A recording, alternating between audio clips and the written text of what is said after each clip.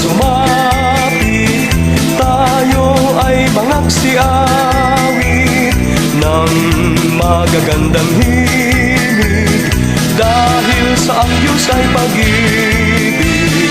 Nang si Kristo ay silang, may tatluharing nagsidalaw, at ang bawat isa ay nagsipaghandog ng tanging alay.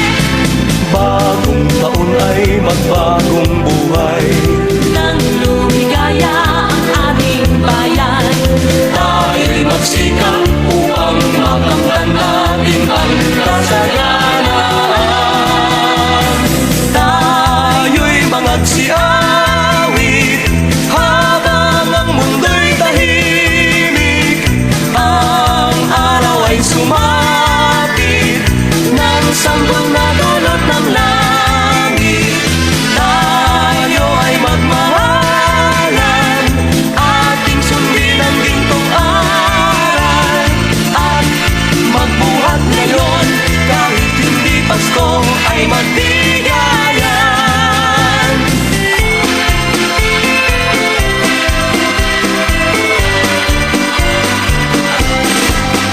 Dinggin nyo ang buong bayan, pamasko ang awitan, naganap ang kasayahan, may galak ang daigdigan. Dukha man ang ating buhay, tayo'y dapat magdiwang, tayo ay magpasalamat sa taglay nating buhay.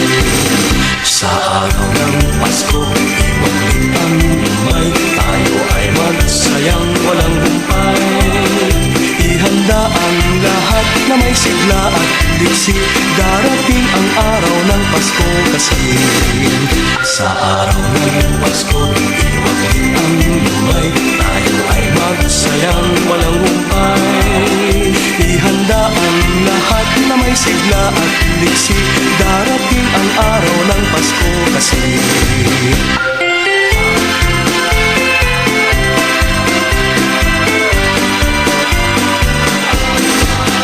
Dinggin nyo ang buong bayan, pamasko ang awitan, naganap ang kasayahan, may galak ang daigdigan.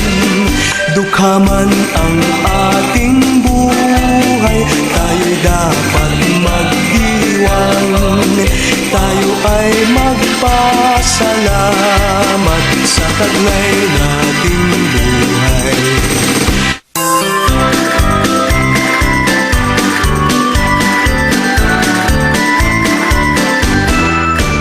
May gayak ang lahat ng tahanan, masdan nyo at nagpapaligsahan, may ilaw at parang bawat bintana, nasadyang may iba at ibang kulay.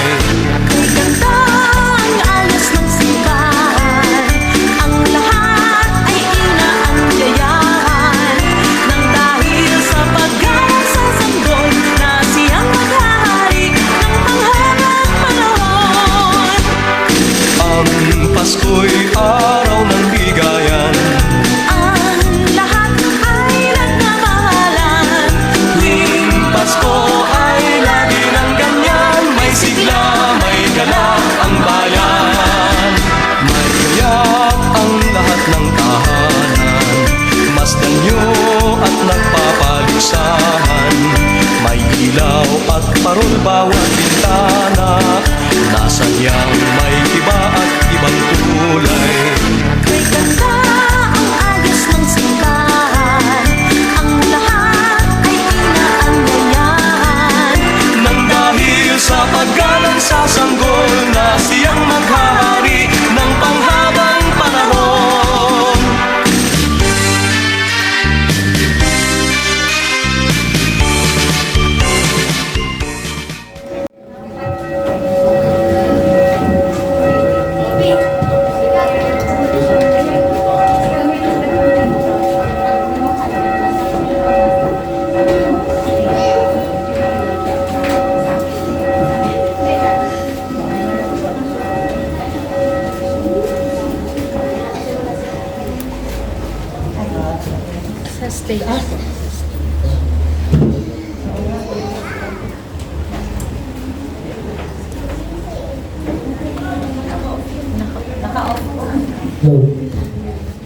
Tumunog na po ang kampana.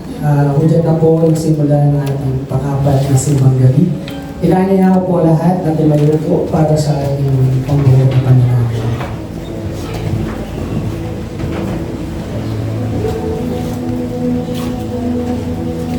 Panginoon, muli po kami nagpupulong na papasalamat sa malayang araw na pinagulong mo sa amin upang muli po ay ipagdirong namin ang ikaapat na araw ng aming simbang gabi. Tunay nga po na nakika ka, pinupuli ka po namin kung sasalamatan. Hinihiling po namin doon sa mga oras po ito, anuman po ang aming karulihan, kahinaan, pagkakasala, Panginoon. Hinihiling po namin na kami ang patawarin, Panginoon. Kailangan po namin, Panginoon, na mausap ka po sa amin. Bahayan mo po sa amin ng salita. Bigyan mo kami ng tingang marunong makinig. Higit sa lahat, Panginoon, puso na marunong tumanggap. Dalahin mo, Panginoon, na gabayan mo bakit sa amin. Sa amin gagawin mo pagdiriwang ito. Maging ang gagamitin mo, worker, Panginoon. Kayo magbigay sa kanya ng wisdom. Itaabot mo siya sa iyong likuran, Panginoon. At tanging pangalan ko lamang ang siyang mataas. Muli, Ama, nagpupuli po kayo papasalamat sa oras nito. At ang lahat po nito ay aming sinasama dinadalamin sa pangalan ng mga anak ni Jesus. Amen.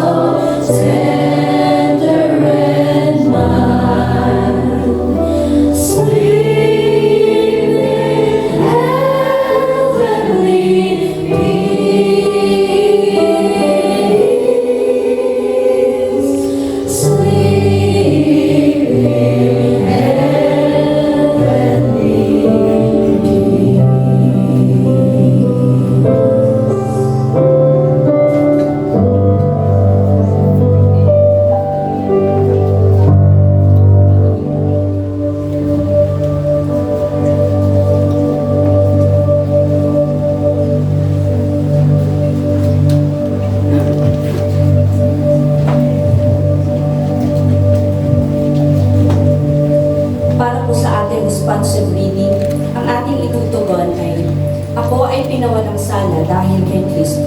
Ulitin po natin. Ako ay pinawalang sala dahil kay Kristo. Kaya nga yamang pinawalang sala na tayo, dahil sa pananampalataya, hindi na tayo kaaway ng Diyos. Dahil sa ating Panginoong Kristo.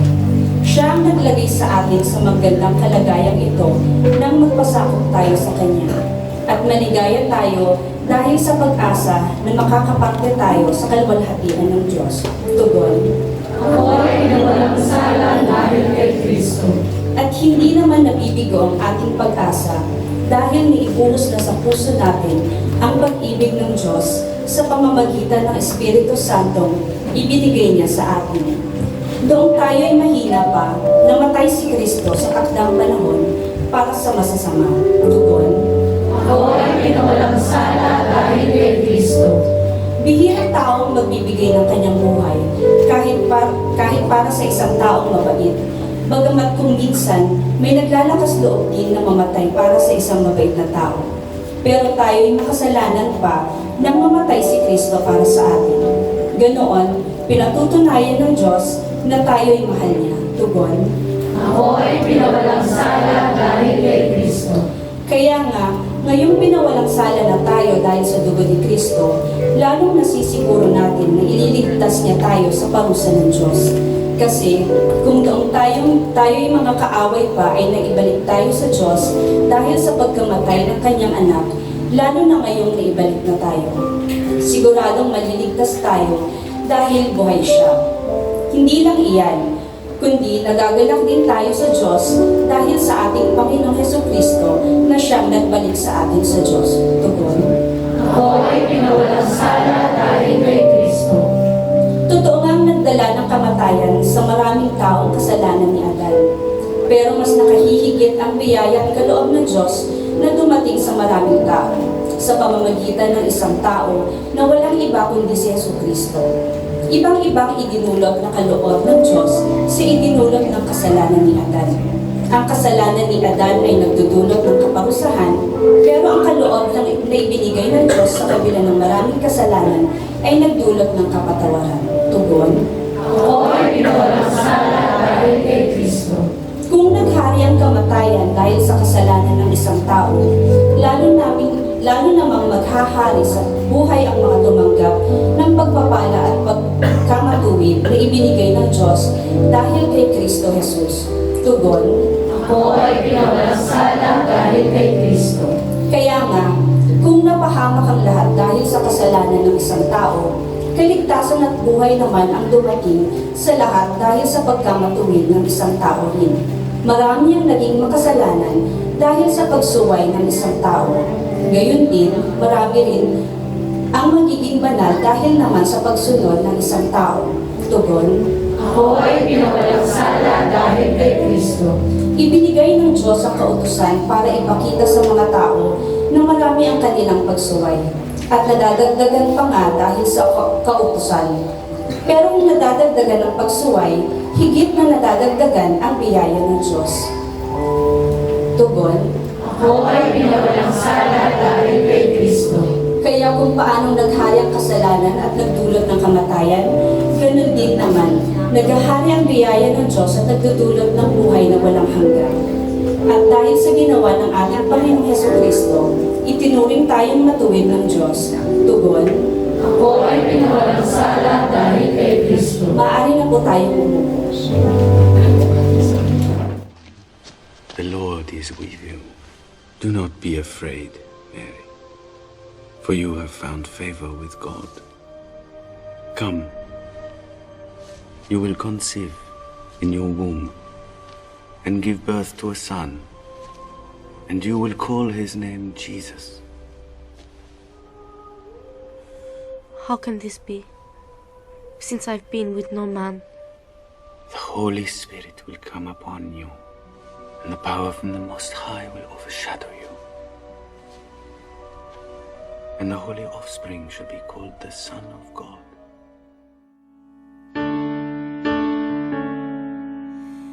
Teenage girl, much too young unprepared for what's to come. A baby changes everything. Let be done to me according to your word. Not a ring on her hand, all her dreams and all her plans. A baby changes everything.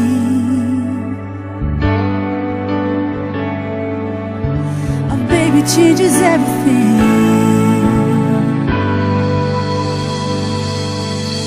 Man she loves, she's never touched. How will she keep his trust? A baby changes everything. A baby changes everything.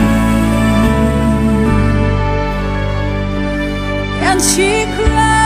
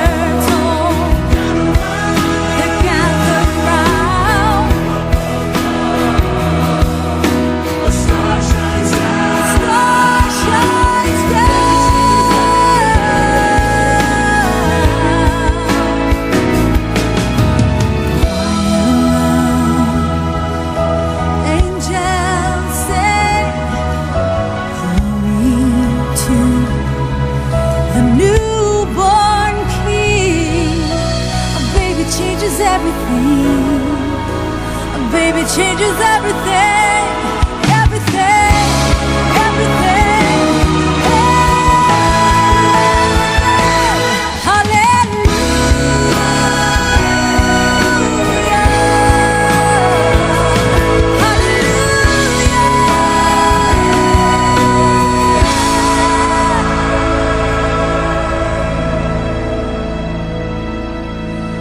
My whole life has turned around. I was lost, but now I'm found. A baby changes everything. Yeah. A baby changes everything.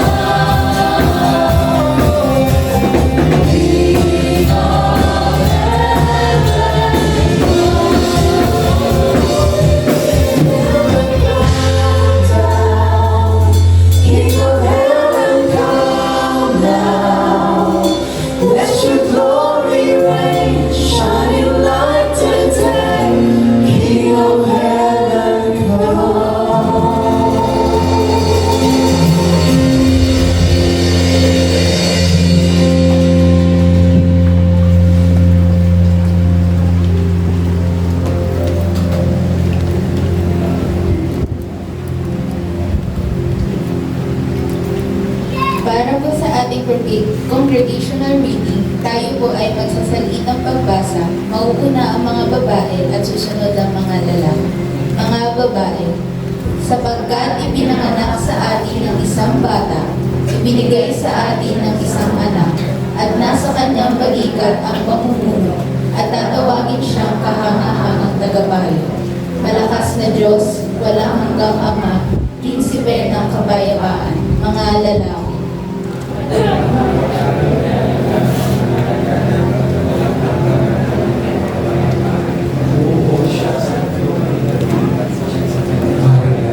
Upang makatatagin at palakasin ito sa karapatan at sa katarungan mula ngayon o pagpakailanman.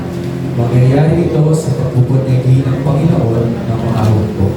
Mga babae, kaya ang Panginoon na rin ay magbibigay sa inyo ng isang damdam. Hindi, maglilihi ang birhen at mga anak ng lalaki na tatawagin ni Manto, mga lalaki.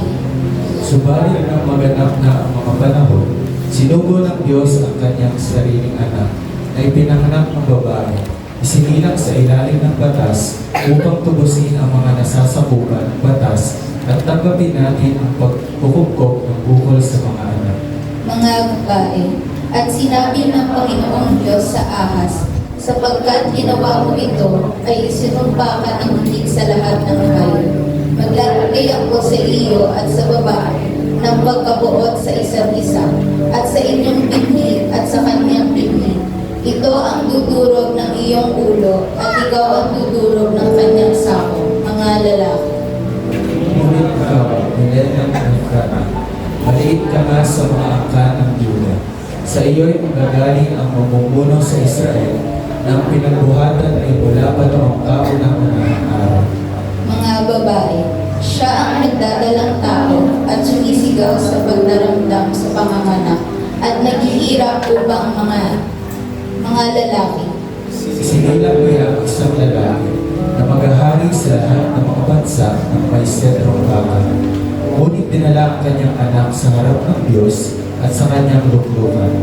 Lahat, talagang darating ang araw, wika ng Panginoon, na magpapalitaw ako ay gabi ng isang banal na usbong, na tunay na maghahari ng may karunungan at magagawad ng katarungan at karpilan sa lupain.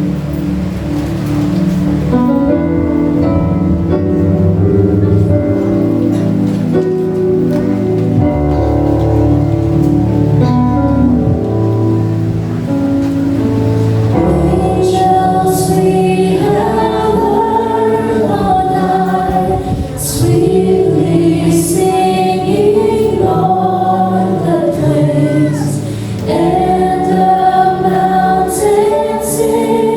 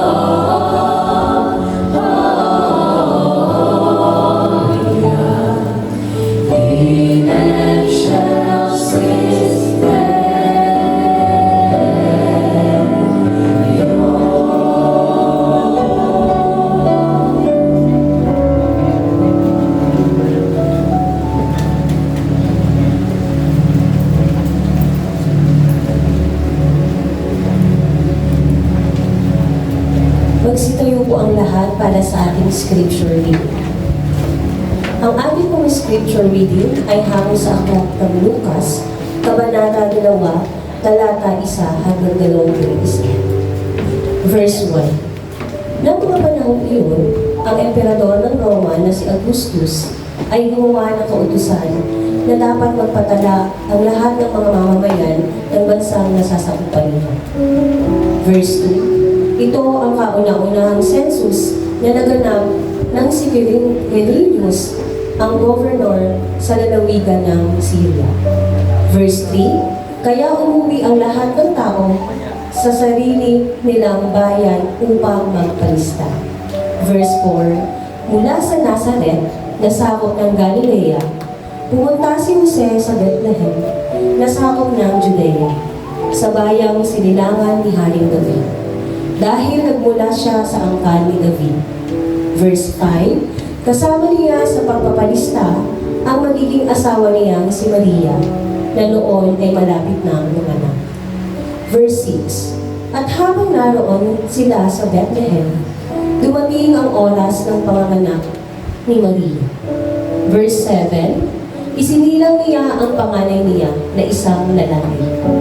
Binalot niya ng lampi ang sanggol at inihiga sa sabsaban, dahil walang lugar para sa kanila sa mga bahay panliligan. Verse 8. Malapit sa Bethlehem, may mga pastol na nasa parang at nagpupuyat sa pagbabantay ng kanilang mga tupa. Verse 9. Biglang nagpakita sa kanila ang isang anghel ng Panginoon, at naglingling sa paligid nila ang nakakasilaw na liwanag ng Panginoon. Ganoon na lang ang pagkatakot nila.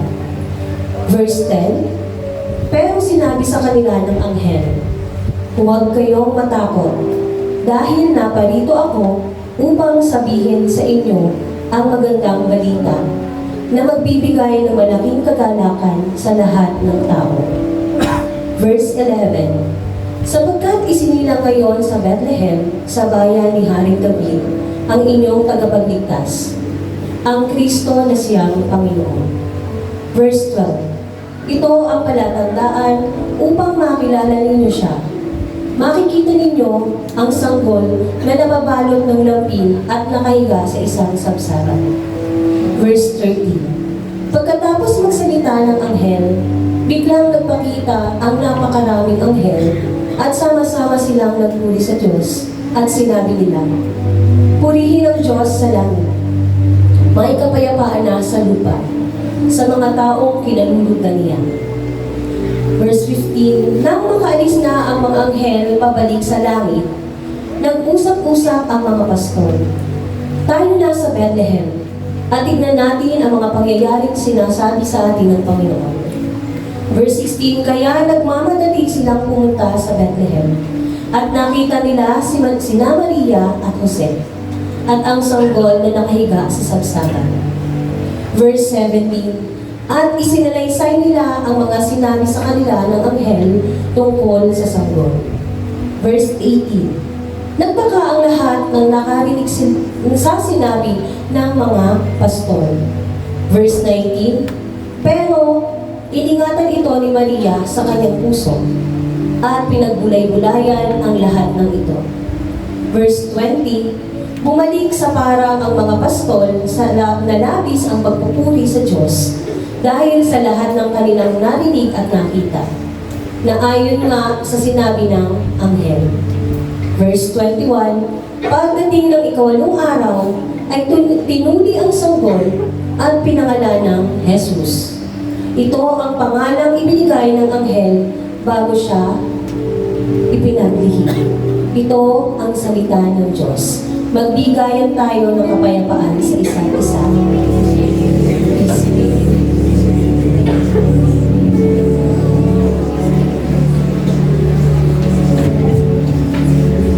Isang mapagpalang gabi po sa ating lahat.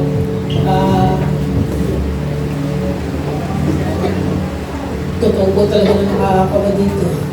Pero sa biyaya ng Panginoon,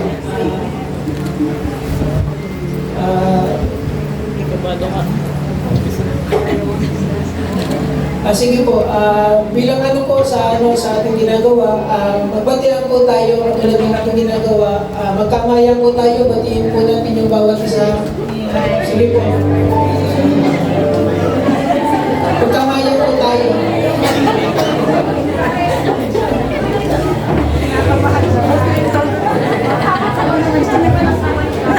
Tayo po ay nasa ika-4 na gabi na po ng ating simbang gabi.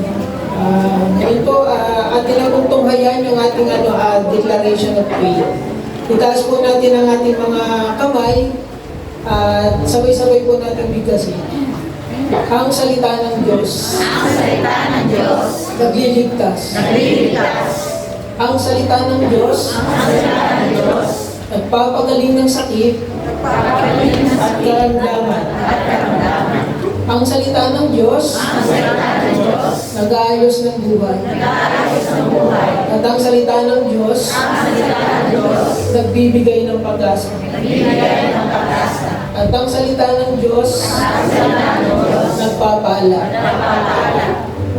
Tonight, Tonight, I receive I receive the blessings in the Word. the blessings in the Word. Isa pa po yung malakas na malakas. Tonight, Tonight, I receive I receive the blessings in the Word. the blessings in the Word. In Jesus' name, Amen. Amen. Makakaupo na po tayong lahat.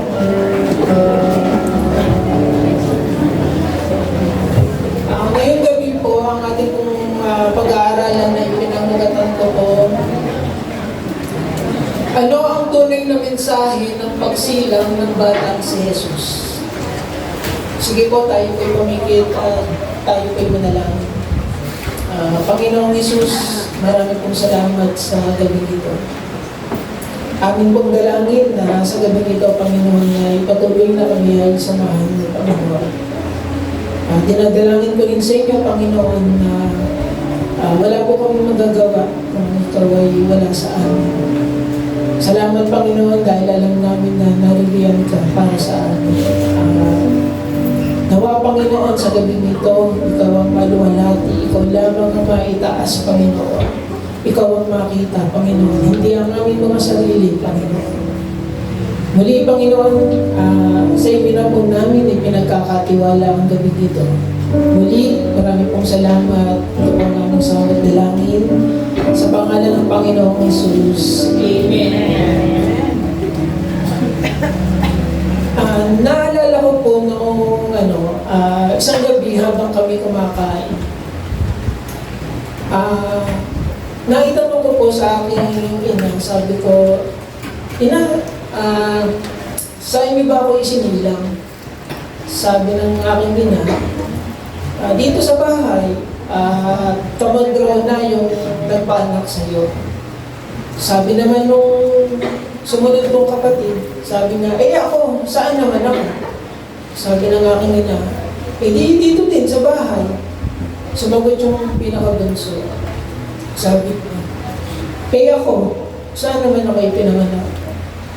Nagbiro yung aking nanay, sabi niya, sabi, ikaw ay napulot lang namin sa dumi ng kalabaw. Hindi, ikaw ay ampul lang namin.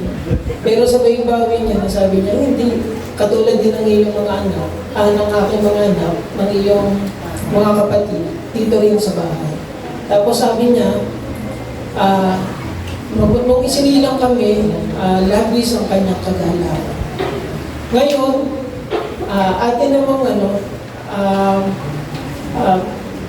pag-aralan ang kapanganakan ng ating Panginoong Jesus. Doon sa binasa ng ating kapatid kanina, nais ko lang bigyan ng background, yung Lucas chapter 2, verse 1 to 7. Iniutos ni Emperador Augustus na maggawa ng census sa Imperyo Romano. Si Jose at Maria ay nasa Nazaret noon.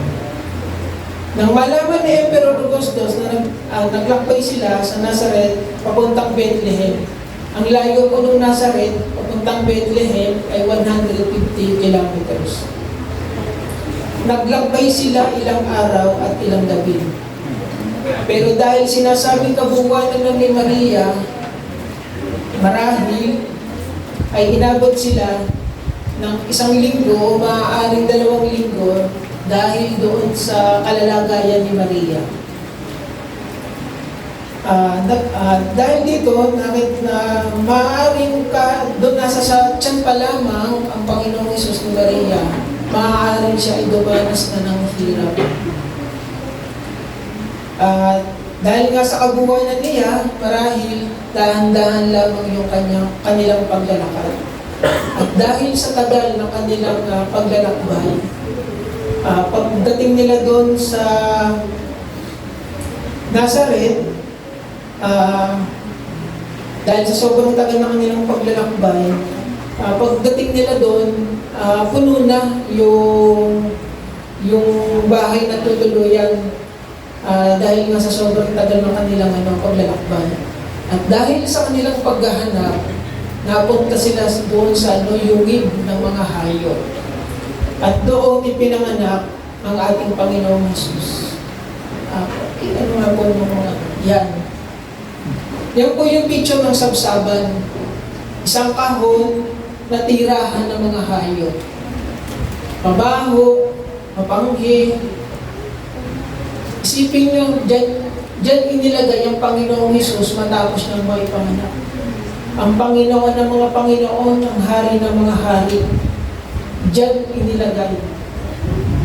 Tayo po mga magulang, kapag po yung ating mga anak, nasa sadyan pa lang ng ating ating asawa,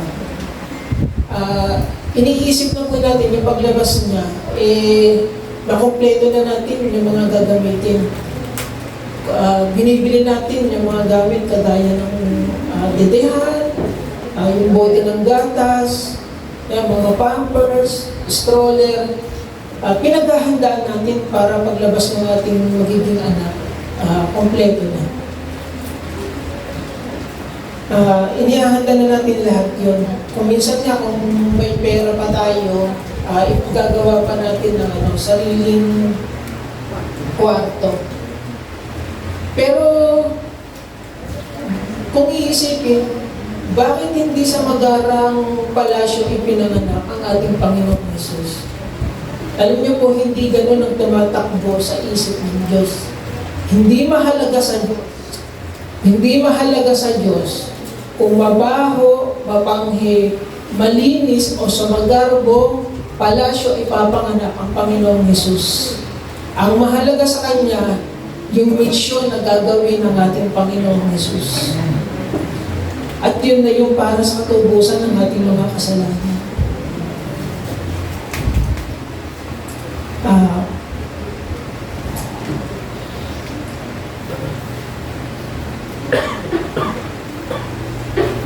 Punta po tayo dun sa chapter 2 ng 8 to 10. May mga pastor na sa parang ay nagbabantay ng kanilang mga tupa. Biglang nagpakita ang anghel ng Panginoon at ganoon na lamang kanilang pagkatao.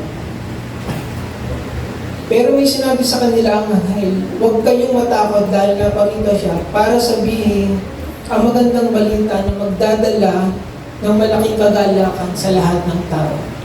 Mayroon na ba kayong naramdaman ng matinding takot na ang naging dulot ay kagalakan? Alam niyo po, nung naalala ko, nung nasa Bible school ako, meron kaming devotion na ginagawa. Gumigising kami ng alas 5 ng umaga hanggang 5:30. Wala po kami ginagawa no, kundi mag-devotion. Meron po kami doon yung tinatawag na monitor, si Moni. Sila po yung mga pag-graduate na. Wala po silang ginagawa doon, kundi mag-ikot doon sa room namin, tapos binubuksan ng pinto, tinitingnan kung nagdi-devotion ka. Ako po, pagka nagdi-devotion ako madalas, naka-Indian seat, narito yung unan, narito yung aking notebook, narito yung aking passport. Sa akin po pagdi-devotion, hindi ko po maintindihan bakit nakarating ako sa palengke ng sila. Doon po sa may Jollibee. Sa paglalakad ko po doon, meron po ako nakasalubong na tatlong lalaki. Tapos, hinawakan yung isang kamay ko, tsaka yung dito. Tapos, yung isa, may dalang hindi ko maintindihan, pero parang ang tingin ko ay kahoy. Tapos, natakot ako kasi papaluin ako. Ang sagot ko doon sa may hawak ng kahoy, sabi ko, wag po, hindi po ako masamang tao. Ang katunayan po niya, nagpapastor po ako. Pero ang tingin ko, lalo siyang nagalit. Tapos, iaambon na niya sa akin yung pamalo. Ang ginawa ko na lamang, pumikit ako, sabi ko, wala na.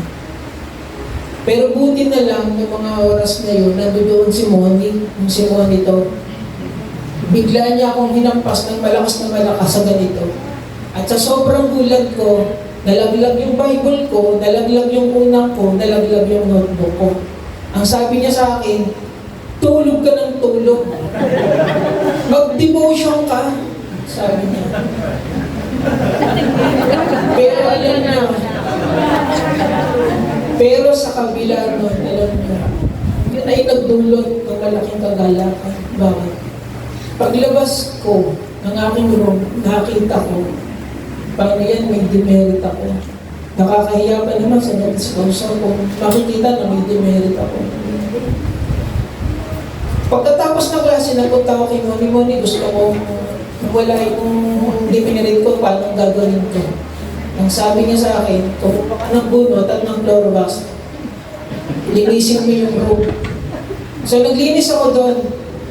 Pagkalinis ko doon, nakakita ako ng sandamakmak na tracts, yung mga pinamimigay ng mga babasahin na magandang balita. Nung nakita ko yun, napukaw yung damdamin ko doon sa nabasa ko. Sabi ko, parang kakaiba tong tracts na to. Dinala ko yun, sabi ko muna, pwede ba makahingi? Sabi niya, oo, kunin mo. Kahit ilan gusto mo, madami dyan. At nung bago ako umuwing yun, dumaan po ako dun sa silang. Napunta po ako dun sa silang. Pinamahagi ko po yung tracks na yun. At yun po, kung hindi pa ako nagkakamalik, nasa 300 plus. Kasama ko po nun yung misis ko, hindi ko pa po siya asawa nun. Namigay po kami doon. Ang nakakatuwa po doon, ikaw pag nabigay ka ng isang babasahin, lalo na salita ng Panginoon, babaliwalay nila, hawak nila, pero pag umalis ka na, iiwanan nila sa isang tabihan. Pero ang pinakamaganda na nangyari doon, habang nandoon kami, binabasa nila at mga sila. Noong una, sabi nila, kuya, nakakatakot naman itong babasahin na to. Kasi yung nakalagay doon, yung kabayaran ng kasalanan ni kamatayan. Pero sabi ko, ituloy niyo po yung pagbasa. Meron pa pong good news dyan, meron pa pong mas magandang balita dyan. At yung tuwang-tuwa sila, sabi niya, kuya, pwede pa pag makahingi nito. Tinawag pa nila yung kanilang mga kasama. So, ang pinupunto ko po dito, yung nakakaramdam kayo ng takot pero nagkaroon ng malaking kagala. So, yun, basahin ko lang po yung punta na po tayo din sa sa unang puntos na ating makikita sa Lucas chapter 2 verse 11. Sapagkat isinilang ngayon sa Bethlehem, sa bayan ni Haring David, ang inyong tagapagligtas, ang Kristo na siyang Panginoon. Ang unang puntos po na makikita natin dito, siya ay tagapagligtas. Ang pagpapadala ng Panginoon sa Panginoong Hesus ay nagpapakita ng pagmamahal ng Diyos sa sangkatauhan. Dumating si Hesus sa pamamagitan ng pagsilang ni Maria. At yun ang naging daan kung bakit nagkaroon tayo ng kapatawaran. Subalit, walang yan ang dahilan kaya nagkaroon ng Pasko at bakit natin ito ay pinagdiriwang.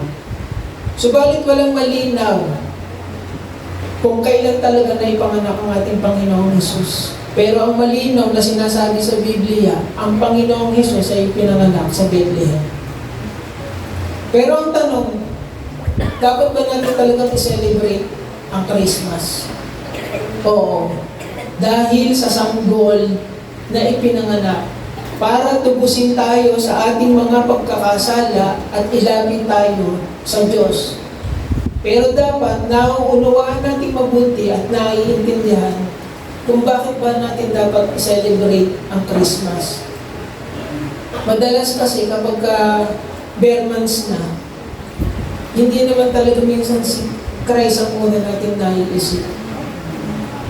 Madalas, ang naiisip natin yung mga regalo. Anong ihahanda sa araw ng Pasko? Anong isusuot? Hindi ko po sinasabi na masama ang mga bagay na ito. Hindi ko po sinasabi na huwag niyong paghandaan ng pagdating ng kaarawan ng Pasko. Pero dapat si Kristo ang maging tunay na sentro ng Pasko.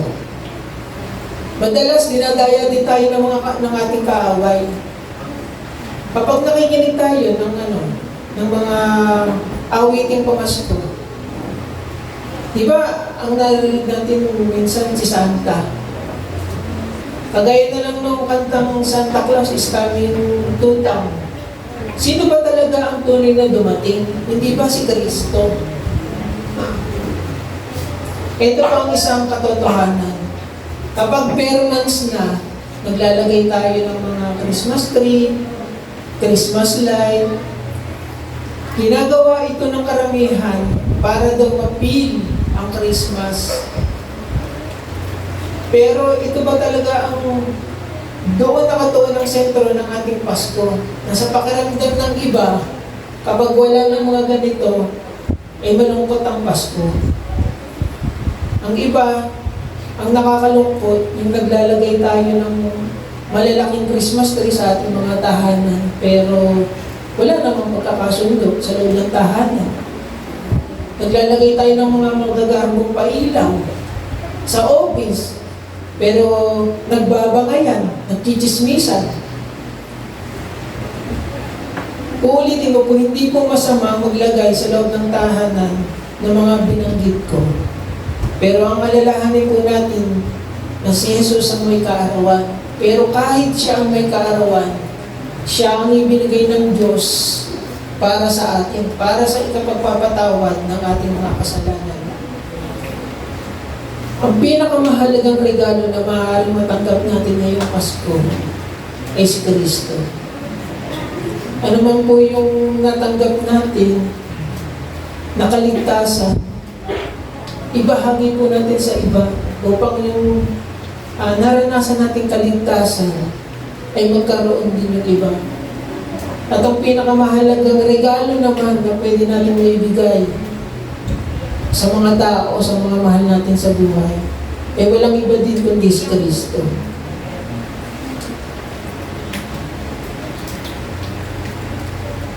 Ang pangalawang puntos na makikita natin,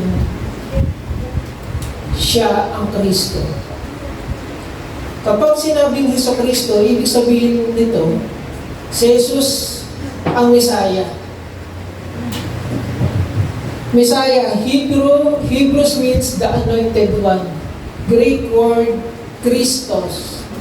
Ang English word po nito ay Christ.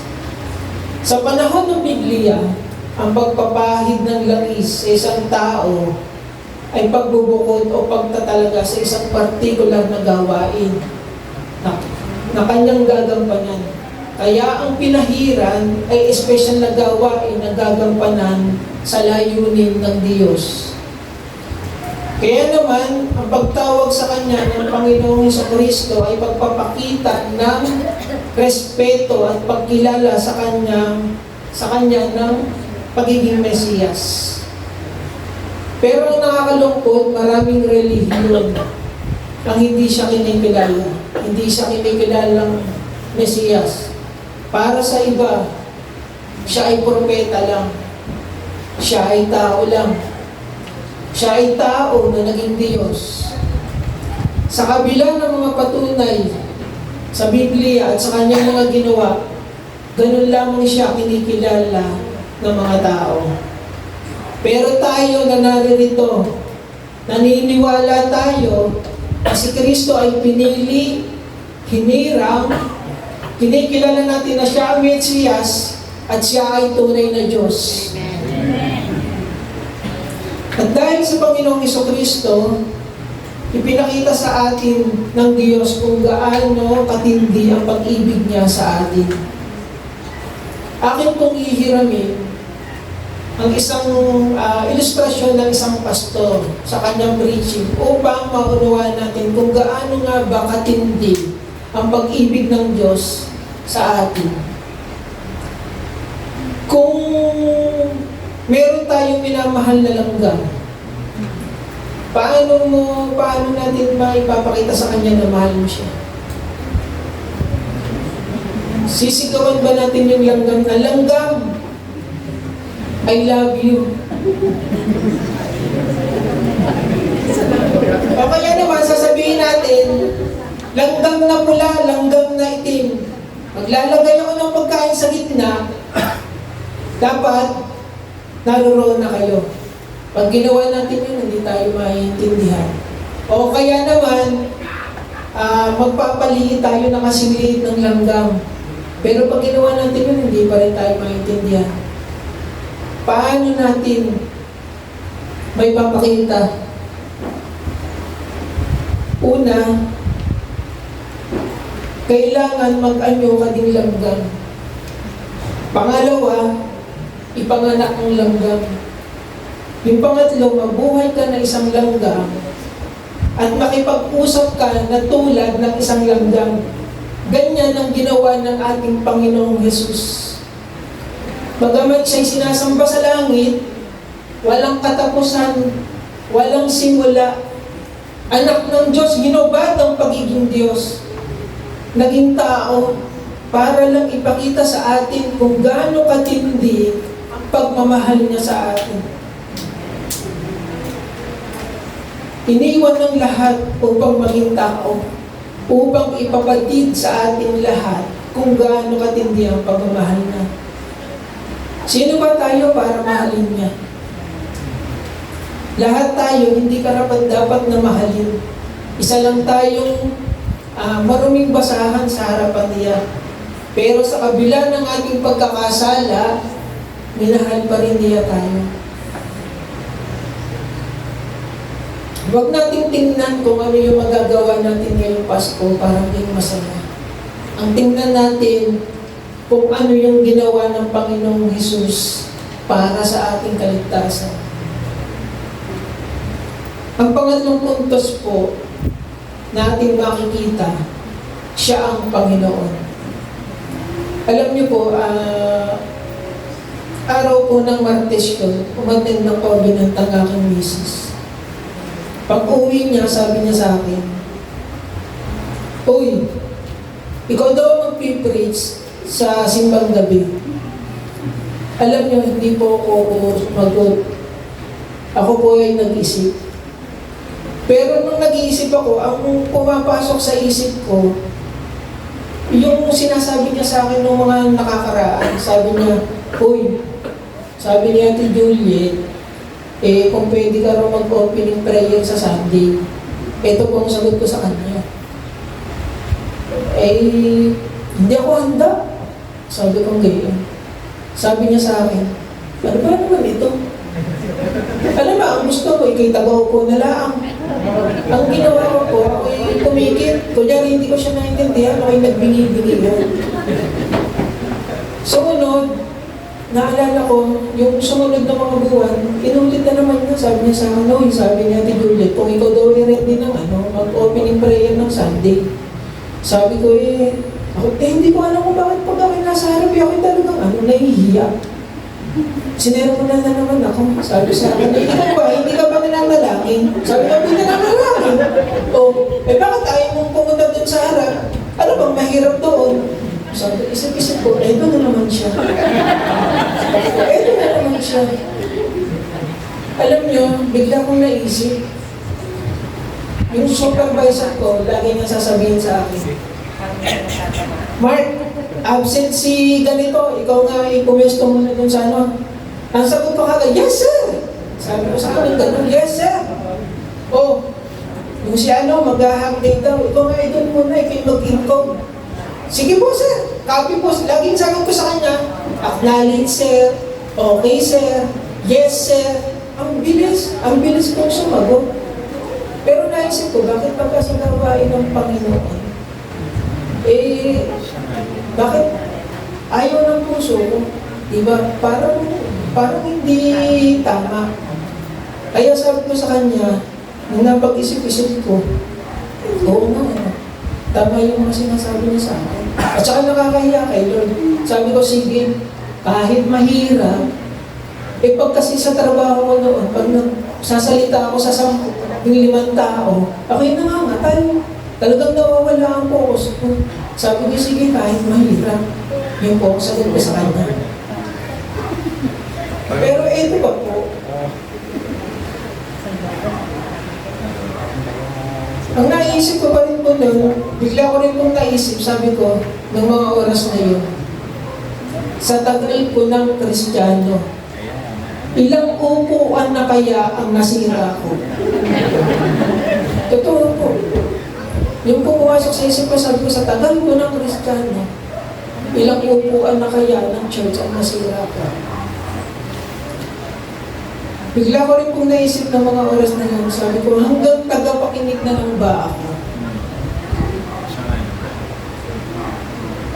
Kaya ngayon po, sabihin niyo po sa inyong mga katabi. Sabihin mo, paggamit ka na kay Lord. Paggamit na tayo kay Lord.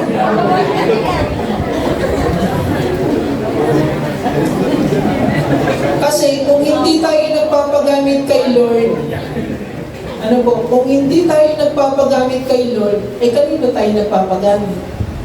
Di ba? Ngayon, ang tanong, si Jesus ba talaga ang Panginoon mo? Pag sinabi mong Panginoon, siya na ang maghahari sa buhay mo. Siya na dapat ang nasusunod, hindi na tayo. Siya na ang may kontrol ng lahat. Kung tinanggap mo siya bilang tagapagligtas lang at hindi mo siya tinatanggap bilang Panginoon, ibig sabihin hindi tama, hindi tunay ang ating pagtanggap. Hindi mo pa siya talaga tinatanggap ng tama sa buhay mo.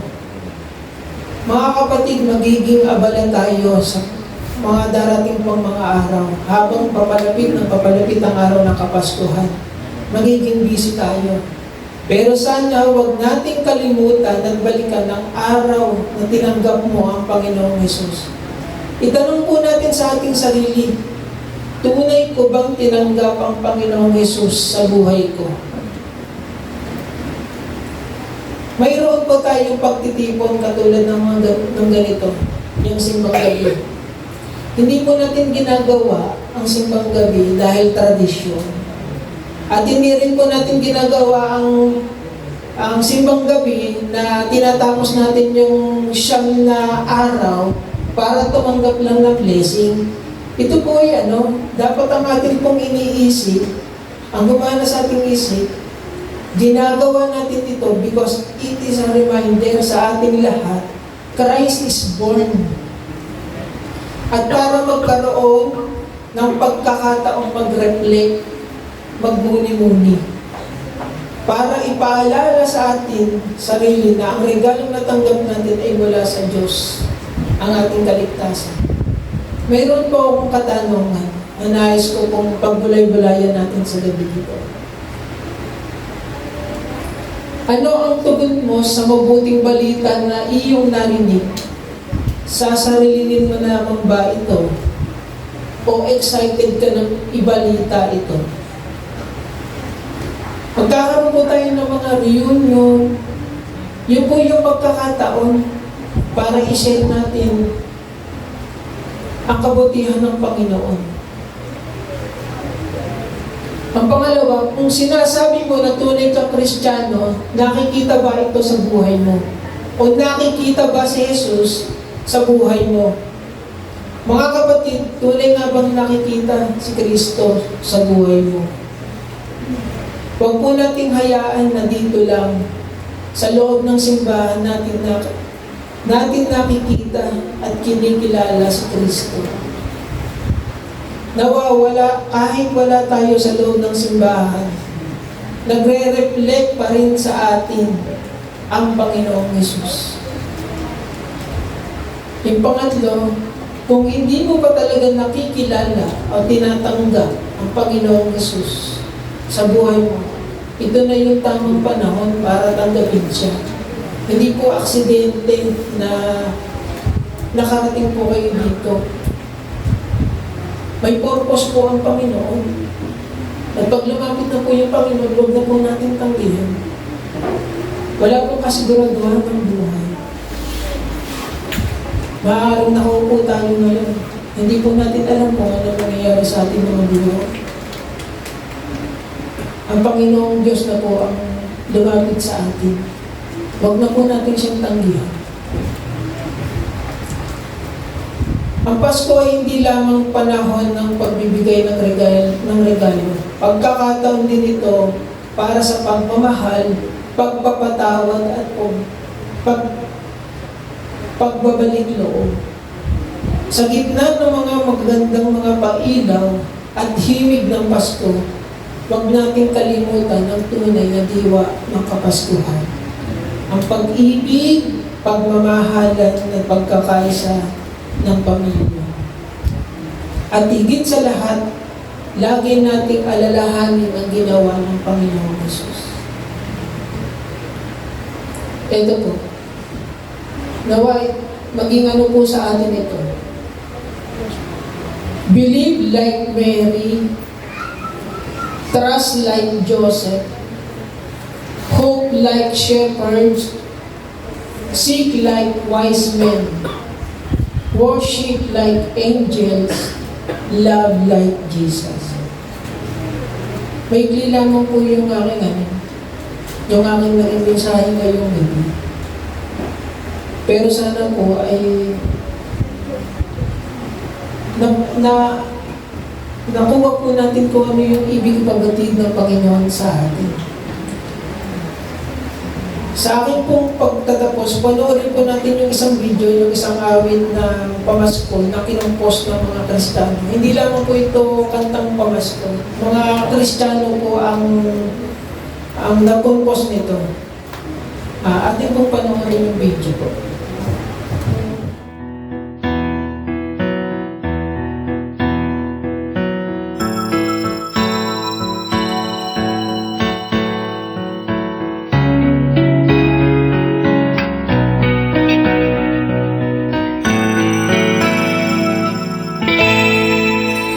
Isinilang sa sabsaban ang tagapagtanggol mula sa langit, regalo ng Diyos, walang hanggang Ama.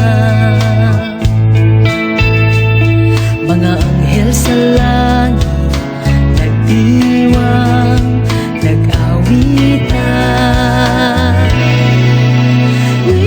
Pasko, itaas ang ngalan niya, Alleluia. Kay buti niya ngayong Pasko,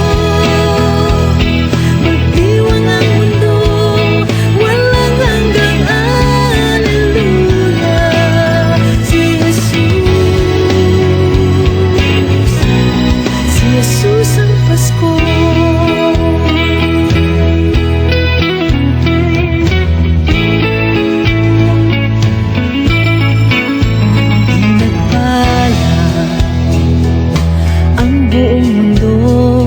Biyaya ng Diyos, kapayapaan ang kaharian mo, pag-ibig na wagas.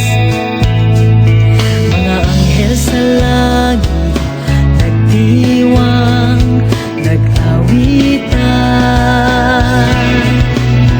Ngayong Pasko, itaas ang ngalan niya, buti niya ngayong Pasko, magdiwang ang mundo, walang hanggang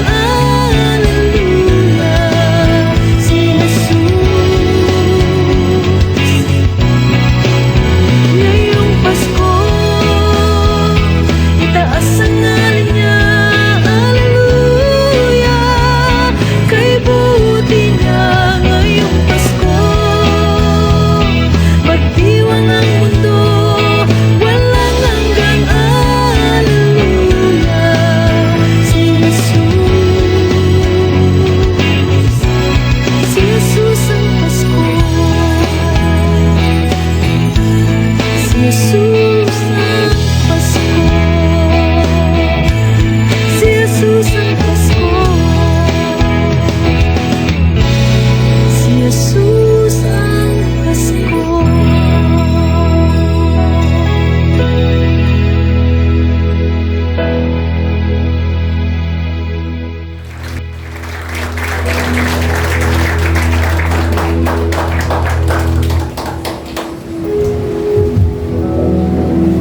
Kanina po habang nangangaral si Brother Mark ay panay po ang kalbit ko sa aking ate, Ate Che. Sabi ko na, kay next step si Kuya Jason ang dadali din sa harapan. Nasa ba si Kuya Jason? Nawa po yung pagtayo ng ating mahal na kapatid ngayong gabi ay magsilbing hamon po sa lahat ng mga tatay na narito. At inspirasyon na magpagamit din sa Panginoon. Kaya kung meron po kayong mga katabing tatay, pakisabi sa kanya, baka next year.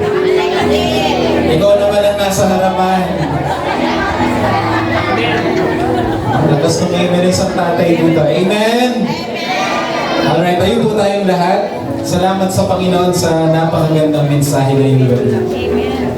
Tayo po'y dadako sa banal na habag ng ating Panginoon. Ihanda po natin ang mga tinanggap nating tinapay at inumin magpasok po natin sa ating simbahan. At ihanda po natin ang ating mga puso sa ating gagawing panibagong uri ng pagsamba, ang pagtanggap sa simbolo ng katawan at dugo ng Panginoong Jesus.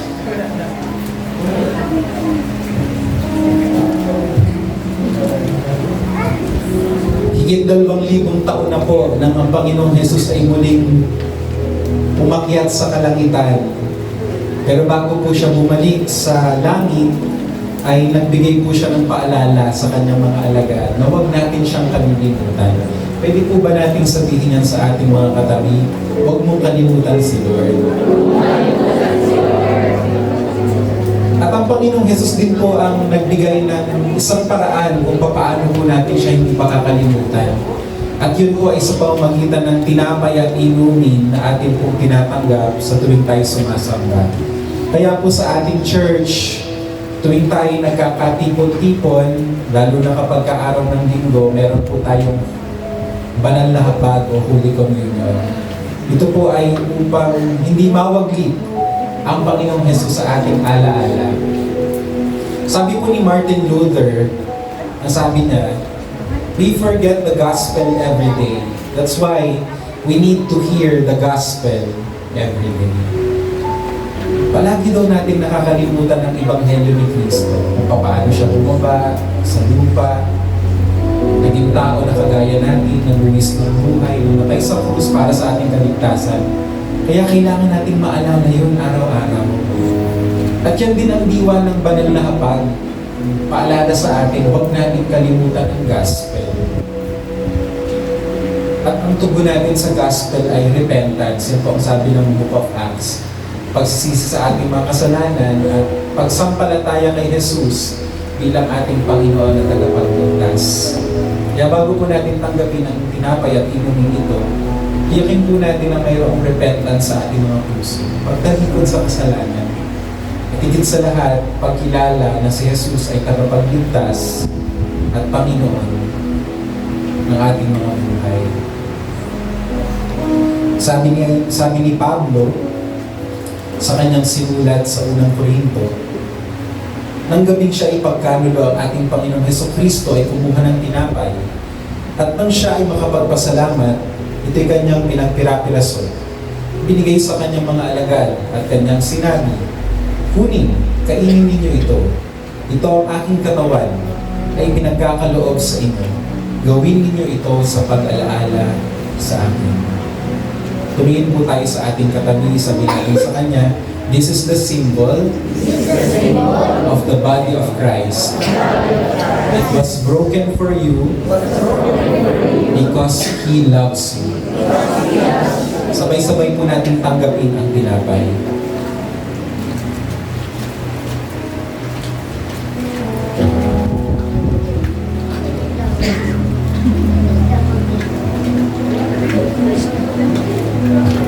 Matapos ang hapunan, ang ating Panginoong Jesus ay kumuha ng kalis ng alak at nang siya ay nakapagpasalamat, ito'y kanyang iniligay sa kanyang mga alagad at kanyang sinabi, "Inumin ninyo ito kayong lahat.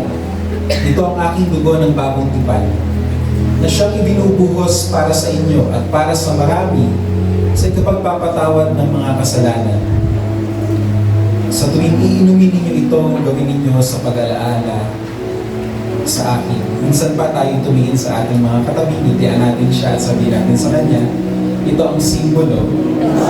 This is the symbol of the blood of Christ shed for you for the forgiveness of her sins. Tanggapin po natin ang inumin.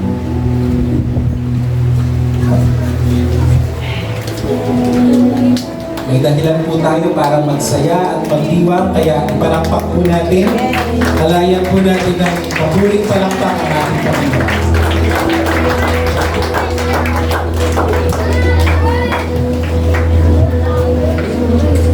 Yun o, try nila ka yan.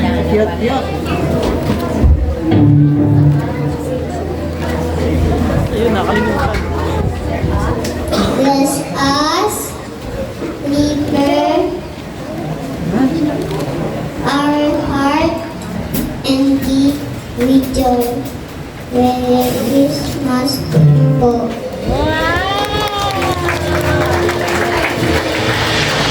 Umawit po tayo ng mga masisiglang awitin sa ating Panginoon.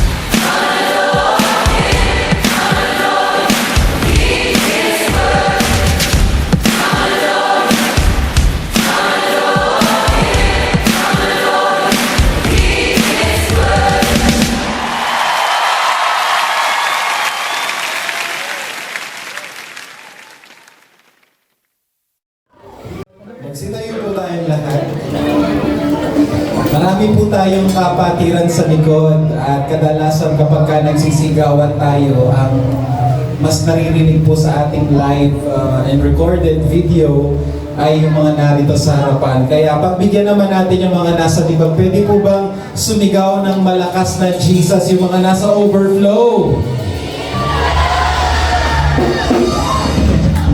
Yung mga nasa kanan naman.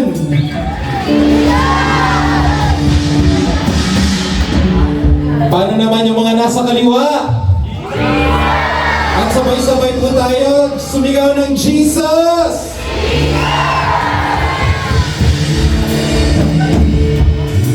Sabihin mo nga sa iyong katabi, narito na rin naman tayo. Kaya todo-todo na ang kagalakan na nararapat sa ating Panginoon. Handa na ba kayo? Parang dalawa lang ang kausap ko. Handa na ba kayo? Kung handa na kayo, siyang nabagsak para sa Panginoon.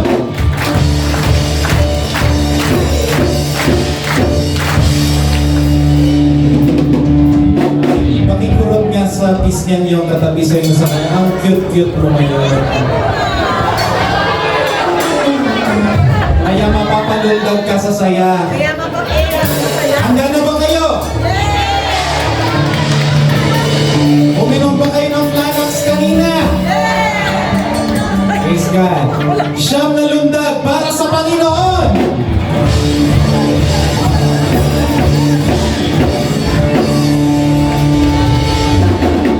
Pakisabi ko sa katabi mo ang tatangkad ka pa next year.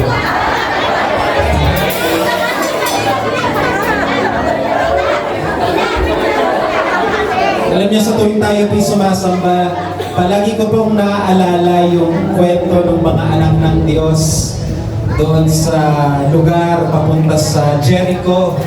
At sila po'y humarap sa isang pader ng problema. At hindi po nila dala ang mga martilyo, hindi po nila dala ang mga tabak upang magiba ang pader na yon. Subalit dala po nila ang sigaw ng Diyos. The Bible says, the shout of the King was among them. And so there is power in shouting. There is power in praising our God. Are you ready to shout for Jesus? If you are ready to shout for Jesus, siyam na sigaw para sa Panginoon.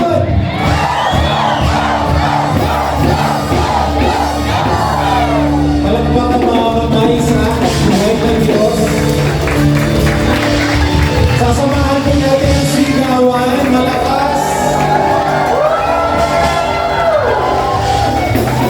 Sumigaw ng hallelujah.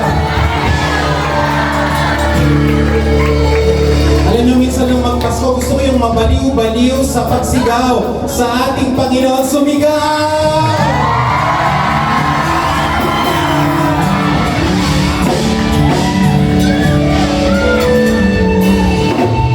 Dalawang kamay sa Panginoon, mas mataas. Hayaan yung maamoy ng katabi. Blessing yan. Sige, bigit ang mga mata. Panginoon, nagtataas kami ng kamay sapagkat pinalaya mo na kami. Kami po'y nagpupuri, kami nagtataas ng mga kamay sapagkat inalis mo na kami sa mundo ng kadiliman at sa mundo ng sumpa. Kami ngayon ay nasa mundo na at kaharian ng liwanag ng inyong bugtong na anak.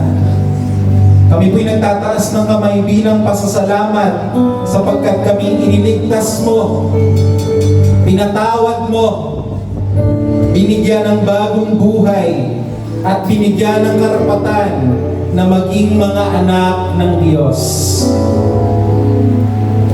Panginoon, dahil batid namin na Ikaw ang may akda ng lahat ng bagay sa mundo, hindi po kami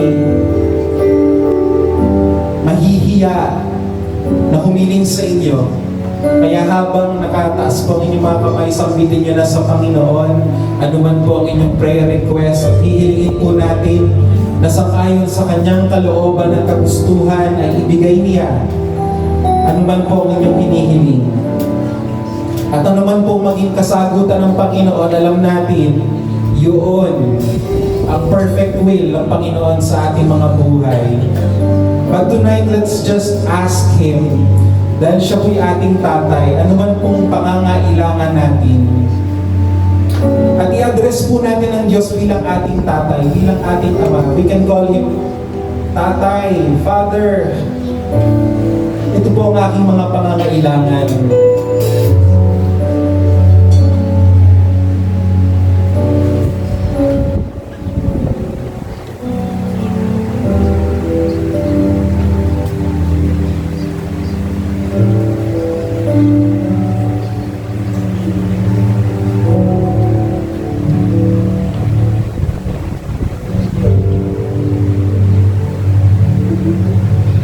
Receive peace in the name of Jesus. Receive strength in the name of Jesus. And receive His healing touch.